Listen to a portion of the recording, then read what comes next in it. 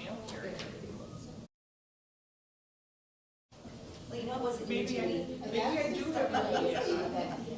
Everybody will do it. Occasionally I've had one not show up, but. I was wondering that I'm the one that, You would think yours would be last because you're the farthest from town. well, it goes out, they all go to Mankato, no, they all go to the cities and then go back to Fairmont. I mean, they don't, nothing stays in Fairmont that's mailed in.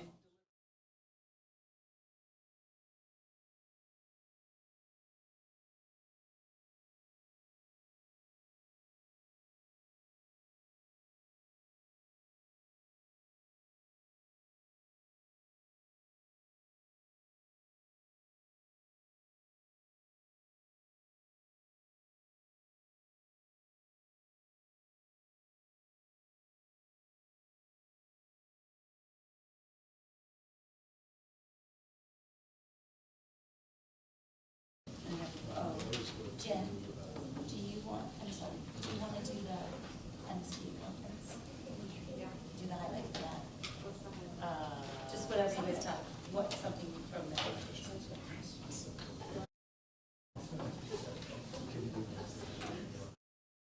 No, I'm sure they'll chime in too.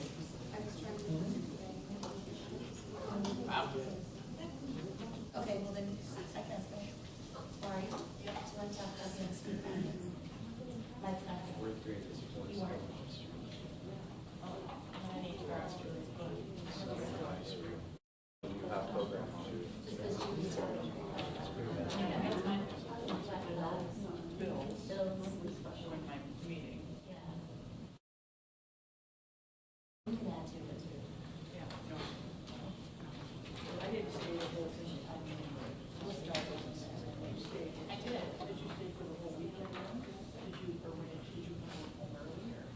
I have lunch with my.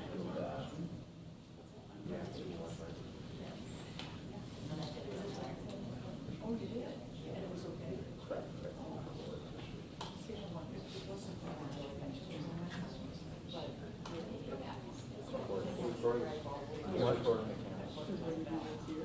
Well, and I wanted to make sure I got. By your hand thing on the right side, by your thumb base.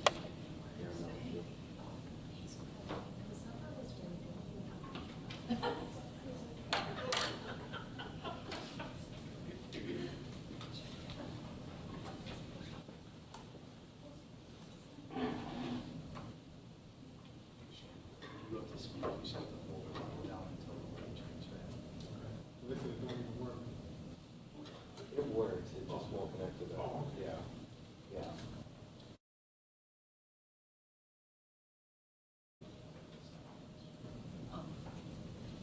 So. Okay.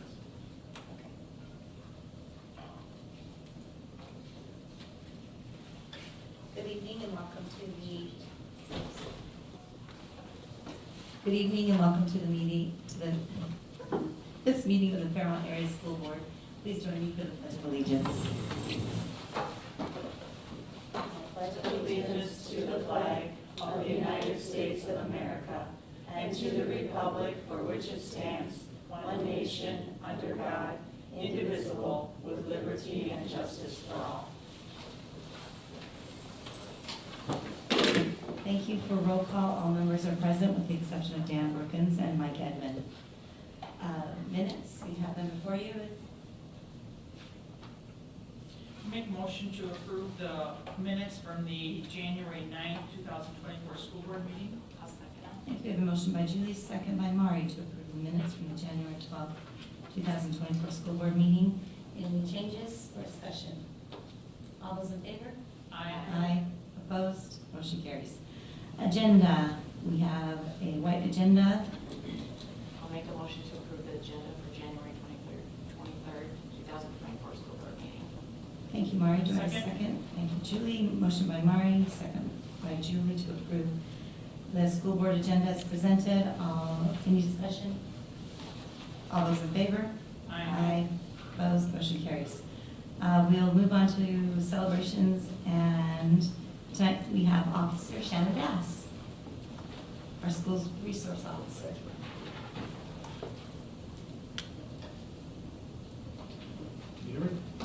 Rick.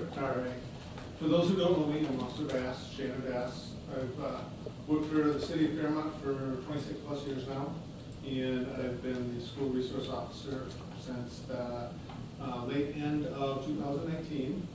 Since then, I tried to make the position my own. I'll just kind of share some of the stuff that I do out there at the school and some of the positive things and some of the difficult things, because as we know, this year SROs was a touchy subject, and which makes my job a little bit more difficult this year than it has been in the past. We're just, we walk that fine lines. For my main role out there as a school is to get the kids to look at me as part of the staff, or just not look at me as all this equipment that I wear is just a plain old uniform. I'm just a normal person and want to be a resource, just like the school resource officer title is that's my ultimate goal, is just to be one of them, in part, acceptance. And when I started, it was quite interesting, because it's working the street, and then now coming into the school with all these little eyes on you, it's quite nerve-wracking. But now it feels kind of, like I compare it to, you have a community out in Fairmont, and the school is a community of itself. And the kids have accepted me, and all the training that I've been to for that says it takes a minimum of about 3 years to be accepted. And in my eyes, the kids have accepted me. The fear factor of the police officer, which is the ultimate goal, to get that connotation away from, as it's just, watch out, there's a cop, is gone, I think. Because when I'm not there, first thing in the morning when I come in, it's where have you been, where were you? And it makes me feel a lot welcome, and I think it's a good thing, because as the school resource officer, I explain to all the kids, I give them all the same speech, and when they're in my office, I tell them, you're going to get the dad speech, you're not going to get a cop speech. I've had kids that went through and graduated from Fairmont, and they're off. One's a teacher, and one's doing something in mathematics, where on my level.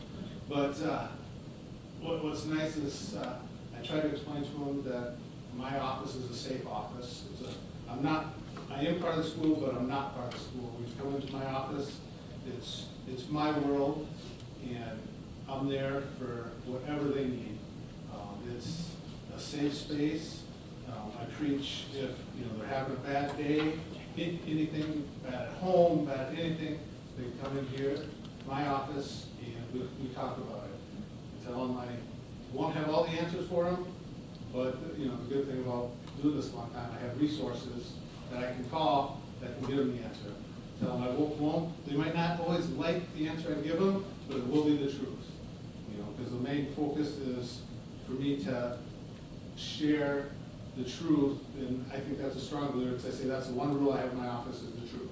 And I don't want them to go and Google some information that was completely off topic, and kids are quick to Google or text and everything. I'd rather have them have the truth.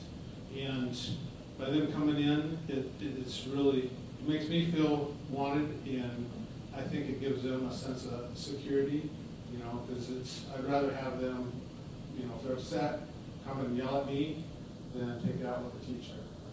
Because my role is not to discipline the kids.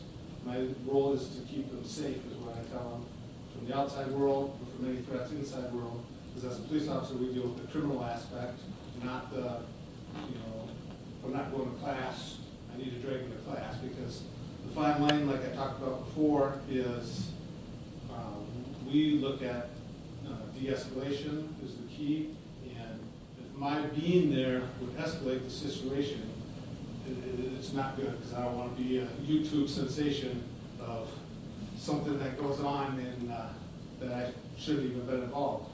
So with that, I got a great working relationship with Mrs. Hyman and Mrs. Thompson. We work together really well, for the fact of I can come in, something that, let's say, happened over the weekend, I can say, hey, you might want to keep an eye on this student because they had a rough weekend, they had this happen or that happen. You know, it's a fine line of what we can share, but we figured out ways to share so we can work together.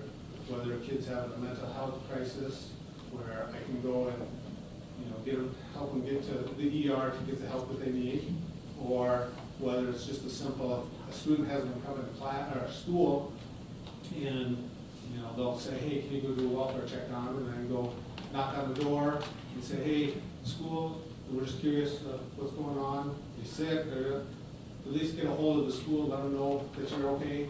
And usually that works. You know, in the past we've seen where kids will show up to school the next day when a school resource officer comes and knocks on the door. You know, we've had, you know, I've had some real positive interactions with students.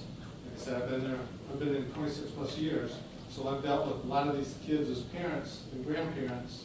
You know, I even got one family where I'm on 4th generation. So it's kind of nice because, you know, I'll talk to them about the parents and they'll be shocked and ask how old I am.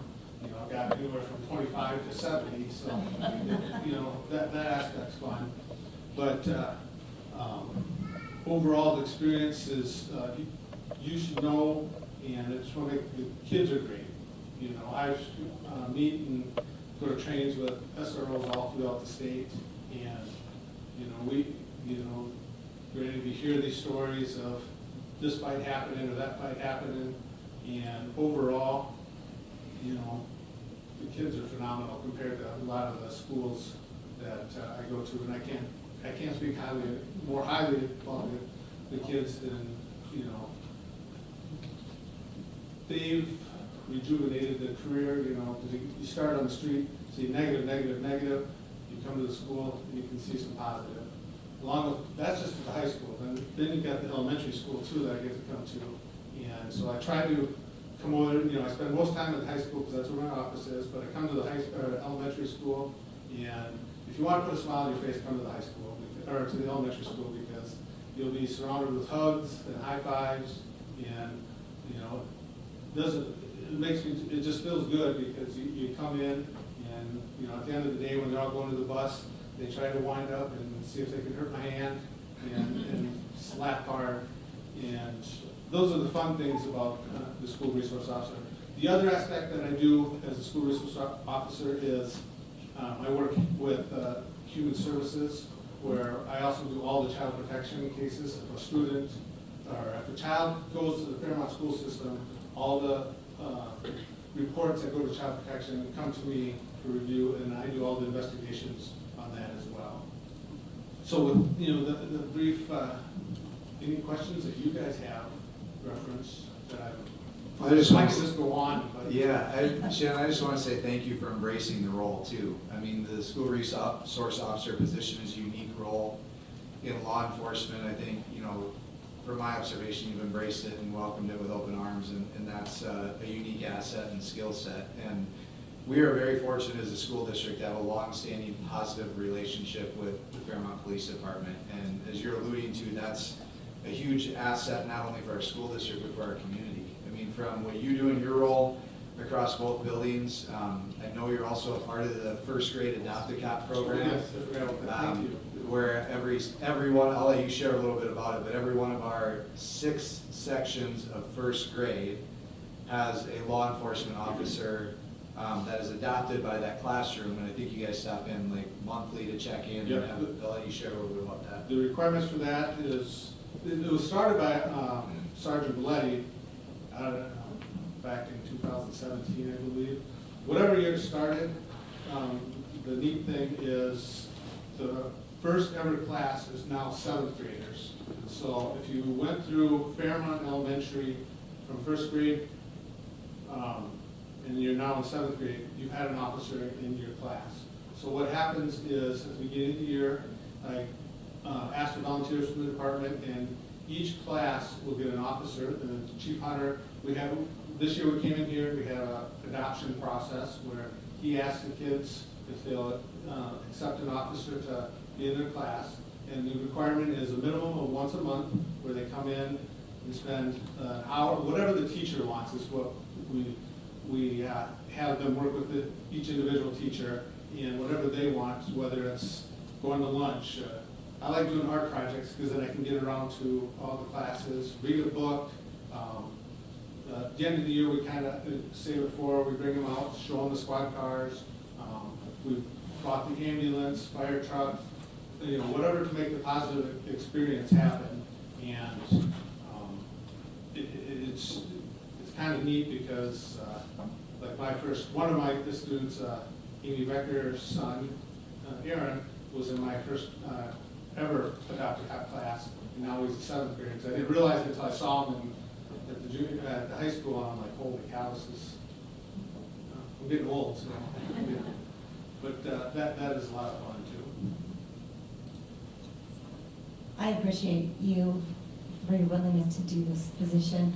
When we re-implemented it, that was the focus, was that the SRO be seen as exactly what the title says. And I appreciate you mentioning that as a resource for our students, whether it's if they're learning how to handle their first car accident, or they have something that they need to talk to you about, that they feel comfortable with an officer. And I appreciate your effort in the schools and the dividends that it's bringing. Thank you. Thank you. And thank you, from the police department's perspective, for letting us be in there, because there's too many times that we see, and one of my big pet peeves is parents that call up and say, hey, will you come and scare my kid? And from the perspective of the Fairmont Police Department, we do not do that. So, spread the word. We will come and educate, we will come and talk, we do not scare, because it takes too much effort to try to get people not scared of law enforcement, and we don't want to scare them. I'd love to share one of my stories of, one of the students that when I started as the SRO, this student struggled, and I knew her ever since she was, running around in diapers, and, she had some difficulties, and, was flunking everything, and just getting in trouble, and now she's set to go to college, and straight, on the honor roll, and it's the simple thing of just, because there's too many kids out there that don't hear the word, I'm proud of you, and just, you can see their faces light up with just the simple words, say, hey, I'm proud of you, you're doing a great job, and because a lot of them don't see it, and a lot of people, don't realize what a lot of these kids go through at their own homes. They're in survival mode when they're at their homes. When they come to school, that's their safe space. Because I've talked to a lot of kids where there's in-service or no school, they're pretty bummed because their safe place is at school. And, between the staff and everybody out there, that speaks volumes for, how well the school, it does support the kids, in my belief, so.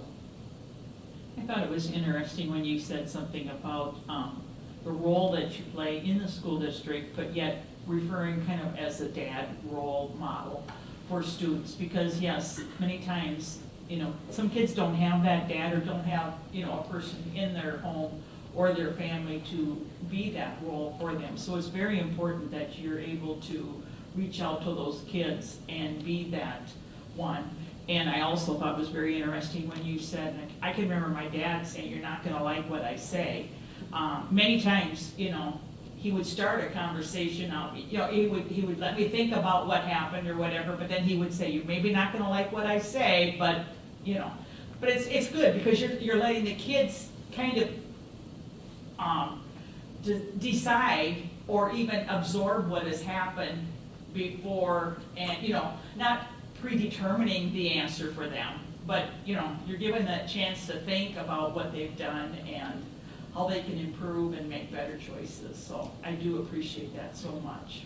Yeah, the fun thing is with that is they'll come in all upset, whether it was something happened this weekend or a teacher made them mad and they're just angry and yelling and stuff. And so I let them talk, and we talk it through, and then we just come up with how could you handle that different.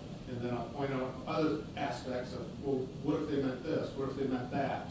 And, you know, make them start thinking about their choices for the future, because that's what it is. And another fun thing, I could, like I was telling Mr. Trader, I could talk on some of the positive things forever, you know.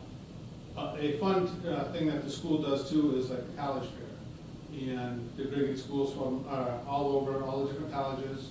And speaking for a person that, I'm the first one in my family that went to college and graduated, and, you know, I knew nothing about the college experience at all. So with the college fair, it's fun just to walk around and mingle with the kids, because some of them are in the same boat I was. And they'll come up and say, I don't know what to do here. So it's fun to bring them and explain, you know, what do you want to do? You know, go up, just all you have to do is just go ask the question of, do you have this that I'm interested in? If they don't, move on to the next. And then, you know, I can give the advice just like I did with my own kids. You know, look at a big school, small school, private school, public school. That way you get a wide gamut, and it's fun because, you know, I'll get a little group and they'll, you know, come and ask me, and it makes me feel accepted and wanted, you know. I guess it'd be, you know, might sound, you know, I don't know, it's just, when I'm with the kids, I you know, I preach to them that, you know, I don't want to do like this. We just did another thing with the English class, with their health class. I go in there and help, and we bring in some go-karts and pedal carts, and then put on beer goggles, intoxication goggles, and they've got like 5 or 6 stations where they do different things, where they have marijuana goggles or different levels of the alcohol intoxication. And, you know, I explained to them beforehand when they pedal the cars and they got to go around these cones that each one of those cones is somebody that you love, or somebody that you care about. You hit them, you know, they're going to go to the hospital, they're going to die. You could end up dying, and, you know, I've grown to be attached to, you know, some of them too much, where I explain to them that when that happens, that's over, and I don't want to have to go talk to their parents about their child just passed away in a car accident because of that. So hats off to Mrs. Ingleby about bringing us in, and Deputy Figueroa was able to get a grant to get a couple of pedal carts that the county owns now, so we can bring those in anytime, and we do that also. Thank you. Very good, thank you. We'll move on to our superintendent's report and calendar. Thanks, Nicole. As shared with you prior to the board meeting, I start every report with an enrollment report. Again, we're staying relatively stable within a couple students. Our range this year, our lowest enrollment has been 1,702 students in December, and our highest was in October at 1,713. So we've had a range of 11 students. A year ago, throughout the whole school year, our range was 25. So again, very, very stable enrollment. No buildings and grounds updates this board meeting. One activities update, as our activities director, Mr. Mahoney, and I meet on a monthly basis to talk operational and management tasks. We're currently working to finalize the gymnasium floor design during the resurfacing project. Again, we are not getting a new floor. It'll look new because it's simply getting resurfaced per regular maintenance every 10 to 15 years. We're also planning for implementation of athletic training services and looking at options that we have there for our activities, and as well as reviewing structures for conference realignment that will be discussed at a February 7th conference meeting with superintendents and activities directors. Some information technology or IT updates. As we meet there also on a monthly basis, we're looking at iPad replacement schedules at Fairmont Elementary. We purchased all new in 2021, and they're starting to get to a point where we need to make sure we're ahead of those replacement schedules, as well as teacher audio systems at the elementary school and classrooms. Those are also running their course. Announcement screen project here at the elementary. We always talk cybersecurity. In today's age, there's a lot of need for that. We do have cybersecurity insurance, as well as working with cooperatives to make sure we have the best processes and procedures in place. PAC, or the Performing Arts Center stage lighting project, we're awaiting a second quote before we can move forward on that, as well as all our summer infrastructure upgrades. Another positive meeting we had recently was with our Ag Advisory Committee at the junior senior high school that also represents oversight of our FFA program. We received reports from teachers as well as students at that meeting. And a lot of the discussion was centered around the use of the Hunt property that was recently sold by the school district, but more distinctly, the portion of land that we will retain and the management and oversight and the involvement of our students and Ag and FFA programs. So it's in process where a separate meeting is going to be set up to specifically focus on that topic only, to outline the parameters of how our students will be involved there. The last thing I have, last school year we were informed by the Minnesota Department of Education that we would be an achievement and integration school. Earlier today, 3 of us were a part of an informational call with the Department of Ed regarding the parameters for that. And with that, we have a student population that is 20% more diverse than what the state classifies as protected classes of, or excuse me, I misspoke, not protected classes, but protected students in more than 20%, percentage points higher than enrollment in any of our adjacent districts. So Martin County West is already an achievement integration school, as is Truman. Grenada Huntley East Chain is a partnering school that I just spoke very briefly with Superintendent Sorbeck about partnerships there as part of achievement and integration. There is state funding tied to that. It's 70% state aid, 30% levy. If we choose to authorize that, that will bring in revenue for these programs that have goals aligned with them as well. So very positive thing that we'll be able to interact and grow some of those programs, really predominantly looking at reducing achievement disparities within our district. So with that, our next school board meeting will be right here February 13th in the budget room. Thank you. Any questions for Superintendent Traynor? I do have one more thing. I actually informed Jen of this just before the meeting, but the Minnesota School Board Association has sent a certificate honoring Jen Harris as a school board member who has completed the entirety of the MSBA Leadership Development Program. There are 4 phases to that, each has a different topic of focus, and it's a lot of time, energy, and effort to make sure you're aware of all the policy, procedures, legal parameters, meeting laws, finances, everything that goes along with being a school board member. So thank you for your service, as well as putting the time to finish that. So thank you. Thank you. All right, thank you. We have financial business donations and grants. Jen? Yep, we have a couple donations to go through tonight, so therefore be it resolved, the Fairmont Area School Board of Education gratefully accepts the following donations or grants as identified below. Fairmont firefighters in the amount of $1,000, $500 going to the 4th grade field trip, and $500 for the high school weightlifting program. And then Dale and Pat Knudsen Family Foundation in the amount of $300 going towards the robotics. Second that motion for the resolution. Thank you. We have a motion and we have a second. Any discussion? Roll call vote. Jen? Aye. Chair votes aye. Julie? Aye. Laurie? Aye. Thank you. Motion carries. And we have our financial reports. Jessica's not here this evening, so we will have Julie Riley present those. Yes. Well, I have the bills, and I do have in this pile, yes, the transfers, wires. There really isn't anything to bring up to your attention for the transfers and wires. Everything is more the general payments and that we normally have. But I will go through a couple of the checks. If you're interested, and if you have any other questions, I do have some additional information for some of them.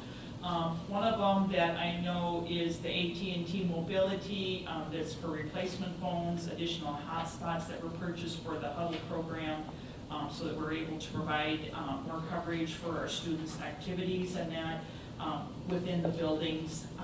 And then take note, I just wanted to make they're Andrea Miller and Beth Christensen, if you noted on the payment schedule there as well.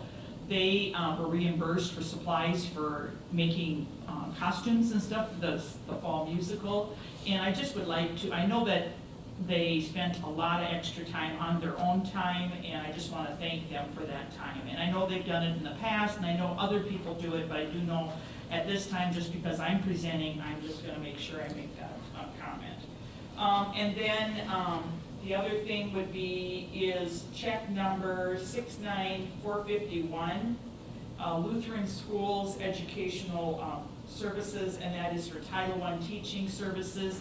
At one time, our district employed our staff that went into the private schools, to provide the services for Title I. And at this time now, we do employ this service from another, and then we pay for that, for them to be going into the St. Paul's Lutheran schools and St. John B&E schools. So that'll be a new vendor for us on our bills, and then we may see again. Anything else? I don't know if there's anything. Anybody have questions or anything on anything on the bills, or that I can help you understand or anything? If not, then I will make a motion to approve the wire transfers for January 4th, 2024 to January 7th, 2024, and payment of the January 23rd, 2024 bills. Thank you. We have a motion by Julie and a second by Mari. Any discussion? All those in favor? Aye. Opposed? Thank you, motion carries. Moving on to new business, we have the rental fee schedule that's before you. The operations committee met, and this is upon the recommendation and research of our business manager, Jessica, to change to amend it. Our goal was to make it simpler. We did this a few years ago, and it made it simpler at the time, but it still wasn't simple enough. And so with feedback from those who use our facilities and from Jessica, we adopted, or would encourage adoption of the schedule that's presented in Appendix B. I make a motion to approve it as presented. I'll second. I think we have a motion by myself, second by Jen. Any discussion or questions? Yes, I do have a question on there, maybe because I didn't read it directly in here, but on the class, or the schedule on the top, then I see per hour staff fee. So then the schedule, is that added to it, or is that included in that? This amount here, is that included with that, or is that an additional charge? That's additional. Okay. Just want to make Right. sure. Yeah, as far as I understand. Remember, yes, it's Custodian additional. and, we need a PAC manager, that's additional. So the group then would be responsible for having those fees. Yes, then. those fees. That's additional. Okay, Yes. thank Yep. you. Any other questions or discussion? All those in favor? Aye. Aye. Opposed? Thank you, motion carries. Personnel, Mari? The principals, Rosamond and Craig Steiner, are recommending that Chelsea Jensen be employed as a special education paraprofessional, filling the vacancy due to a resignation. And they are also recommending that Kiara Curry and Joyce Foster be hired as long-term substitute elementary teachers to cover two regular teachers who will be out on child care leave. So with that, I'll make a motion to approve the employment of Chelsea Jensen, elementary special education paraprofessional, effective January 24th, 2024, salary step 1. Kiara Curry, long-term substitute elementary teacher, effective March 5th through June 4th, 2024, salary BA step 1. And Joyce Foster is long-term substitute elementary teacher, effective February 8th to April 5th, 2024, salary at retiree rate. Second that. I think we have a motion by Mari, second by Julie. Any discussion or questions? All those in favor? Aye. Aye. Opposed? Motion carries. We're moving on to superintendent's contract. Before you have Appendix C, which is a summary of the proposed 2024 to 2027 superintendent contract. Juneteenth is added as a paid holiday, which is required by law in Minnesota. The annual 403B contribution to be 4% of annual salary was changed from a fixed dollar amount to a percentage, with the hopes that in the future, we just know what it's going to be every time. And a salary increase of 11.97% over 3 years. With that, I make a motion to approve the superintendent's contract as presented and noted in Appendix C. I'll second. Thank you. We have a motion by myself and a second by Jen. Any discussion or questions? Okay. All those in favor? Aye. Aye. Thank you. Motion carries. I'm glad we'll have you back till 8:27. We will move on to our board and committee reports. CER? We were at the state school board convention, but I did get some notes from Stephanie. They're starting planning for the summer programs. They're always looking for t-ball and flag football sponsors and coaches. The summer brochure will be digital also on the web store, as well as the offerings. They're looking for new instructors and classes, people that share their time and talents. As long as the snow lasts, you can still use the snowshoes. And there still are some deadlines coming up at the end of January, beginning of February for some of the programs. So I would look at the web store soon if you have anything in mind for that. Thank you. Any questions for Marty? You know she wasn't there? She has a good general idea of what's going on though, so. We'll do the MSBA Winter Conference last. I'll report quickly on the Operations Committee meeting. We discussed the rental fees. I also should have mentioned that those recommendations also came from our CER director, when Stephanie Boucher, when we were looking at those. We talked about the rental fees, which we presented tonight. We also talked about direct payment, and it's in a research phase with the purpose of generally getting away from cutting checks mostly. So we'll have more information on that as it becomes available. SPEC board meeting, Julie? Yes, we met last night at the Southern Plains Educational Co-op at the old Lincoln building. Of course, this was our first meeting of the year, so we had election of officers, approval of the minutes, the bills, of course, personnel. There were some lane changes, second reading of a couple of policies, and annual review of some of the policies that were just accepted because there was no changes to them. Resolution to accept donations. There was just as it's kind of early, but it's better because we don't meet in February, but we want to do that is we did a resolution to direct the administration to reduce programs or any staffing as needed by state law, that we can do that just to protect ourselves. We're not looking at cutting anything of anybody, but it's just annually, like I said, just to be good citizens and being careful of our money. We do that, to have that in place in time. Standard just for approval, signature of school district checks, the access to bank accounts was discussed. Also approved agreement with Ed Midwest for technology support for the Southern Plains Cooperative. Approved agreement for the SPECEA for the 2023, 2024, 24, 25 school years. And then our next meeting then will be on Monday, March 25th at 5 p.m. Thank you. Any questions for Julie? Student, did you have an opportunity to meet Superintendent Trado? Something you'd like to share tonight? So yeah, our first day of the second semester was today. So that's kind of a transition, especially for our younger students who got so used to their new schedules, now they have a new one. And so I think that's going good. It takes a little bit of a transition, but overall that usually goes pretty smoothly. And then kind of with that, one thing that we talked about at our last meeting was just like the satisfaction with the courses we're currently offering. And just brought up about like especially the CIS courses and just how appreciative of those are that people are, I think. And so, yeah, I think the options we have right now are helping people get what they need, so. Yeah, and then we also talked about with the recent updates in the handbook about the dress code.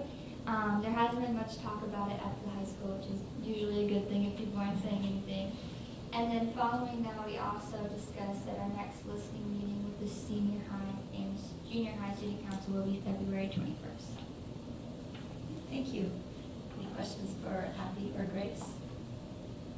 All right, then we'll conclude with our MSBA Winter Conference report. Lauren?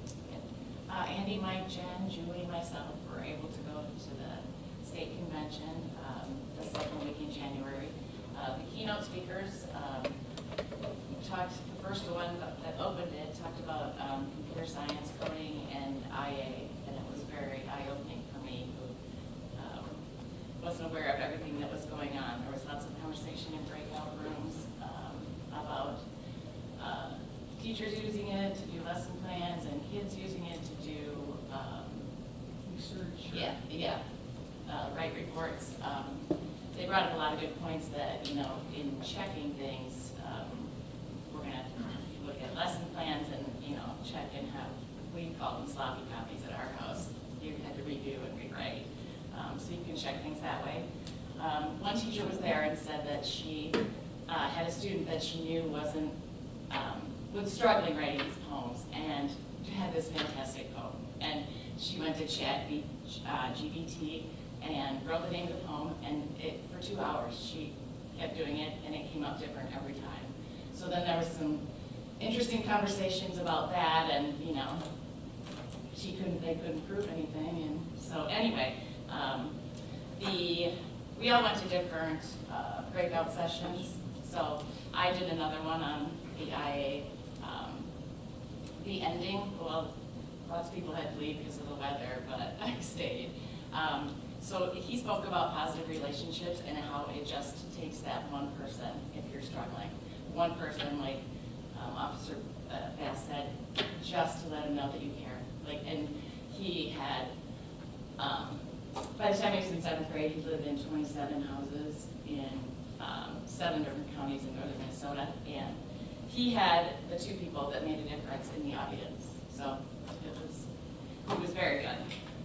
So I don't know if you guys want to talk about your breakouts, what ones you did. I don't know, but the AI, I think we're just getting at the tip of the iceberg. I mean, it's here.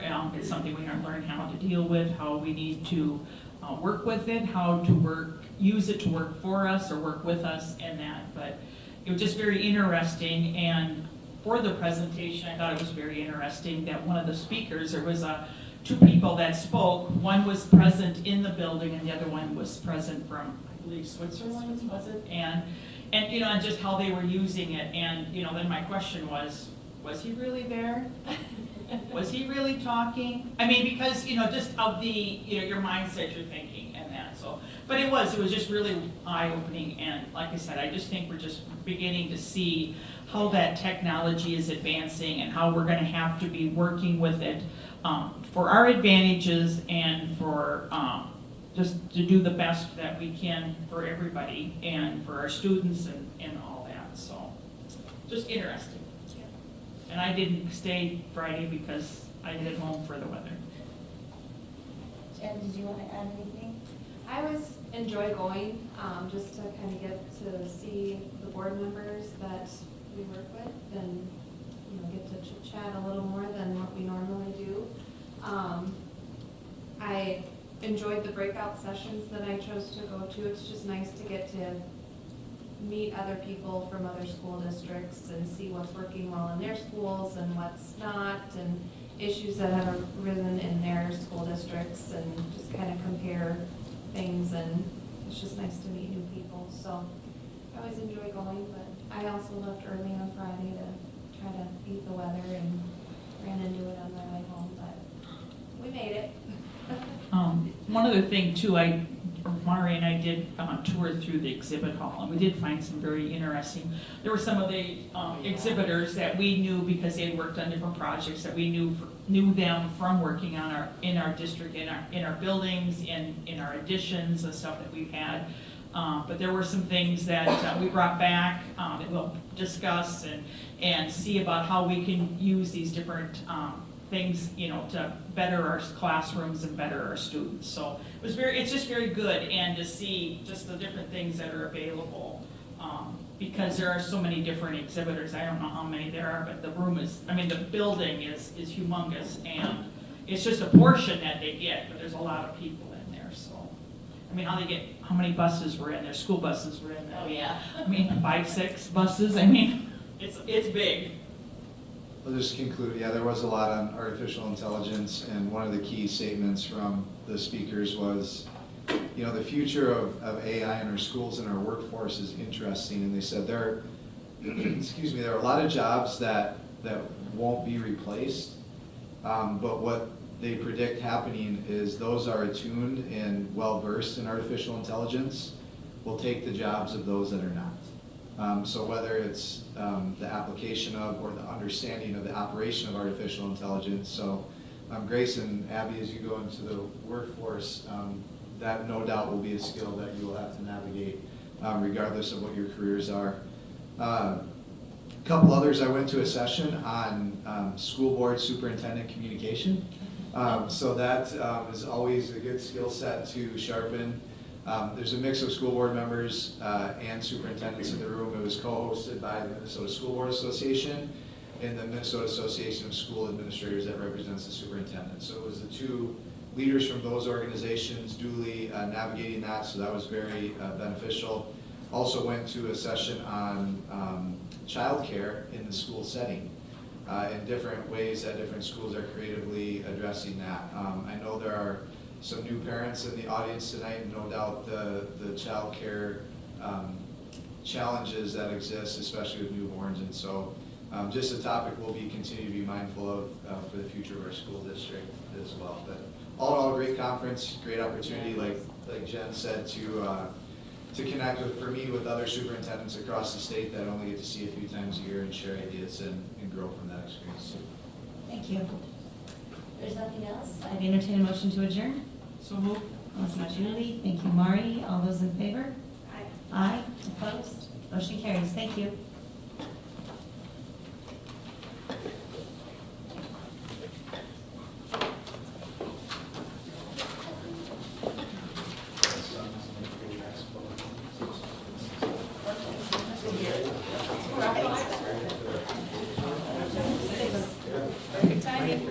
And you didn't